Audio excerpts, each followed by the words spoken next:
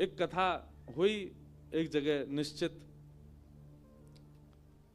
तो हम वहां गए कथा करने। जैसे ही हम पहुंचे तो हमारे पंडित जी लोग सब आए। मैंने इनसे पूछी, मैंने कि वो कौन है कथा जो करा रहे हैं?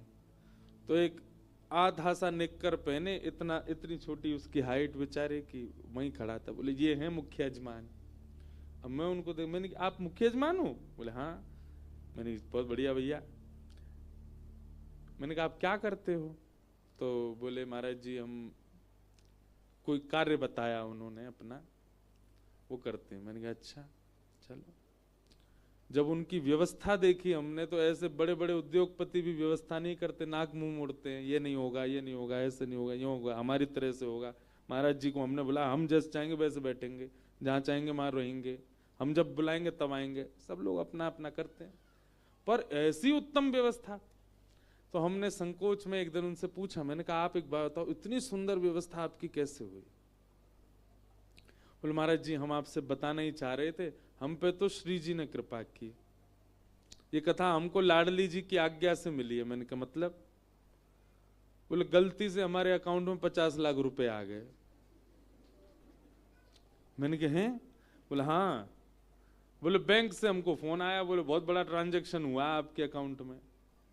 तो हम बैंक गए, बैंक वालों से जाके कहा भैया इतना बड़ा ट्रांजैक्शन आया, गलती से आ गया है, हमारा तो हो नहीं सकता, जिन्होंने भेजा है उनको आप कॉल करो। तो बोले कॉल किया महाराज जी, कोई वो था, कोई फाउंडेशन थी, कोई ट्रस्ट था। बोले किसी ने फोन नहीं उठाया। बोले फिर हमने उनको मैसेज डाल दिया। तो बैंक वालों ने कहा देखिए 15 दिन में अगर इनका रिप्लाई आ जाता है और ये लोग अगर अपना पैसा वापस लेने की करते हैं जिज्ञासा तो ठीक है, नहीं तो आप बताओ। बोले नहीं तो हम कथा कराएंगे भैया इससे, और क्या है। बोले महाराज जी 15 दिन तक हमने श्री राधा हे श्यामाजू हे किशोरी जी। मन में ये भी भाव था कि भाई गलत पैसा यूज नहीं करना है, वो व्यक्ति जिसका भी ये बेचारा ले ले वापस, लेकिन मन में हो रहा था हे श्यामाजू कथा तो हम करा लेंगे, लेकिन हमको ऐसी करानी कि पूरा शहर आवे, सबकी भोजन की व्यवस्था हो, सबका लंगर हो, सबका भंडारा हो, और हम महाराज जी कथा सुनते हैं, हम इनको पूरे इनकी मंडली आवे, सब आवे, हमारा इतना खर्चा नहीं, खर्चा व्यवस्थाओं का खूब है। तो बोले महाराज जी 15 दिन हो गए, कोई फोन कॉल। वो बैंक वाले बोले आपको तो बधाई है, अब इसका टैक्स वगैरह जमा करवा देना जो भी है। बोले महाराज जी हमने फिर मन बना लिया कि इससे 1 रुपया भी अपने घर के लिए नहीं लगाना है, सबसे बोले सब कथा में लगाना।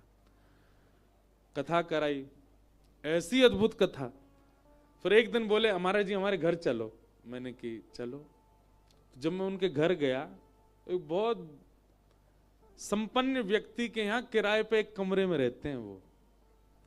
तो जब मैं घर पे गया तो नीचे जो घर के लोग स्वागत कर रहे, मैंने कि आपके परिवार? नहीं महाराज जी ये हमारे मकान मालिक हैं, हम तो इनके यहाँ किराए पे रहते हैं।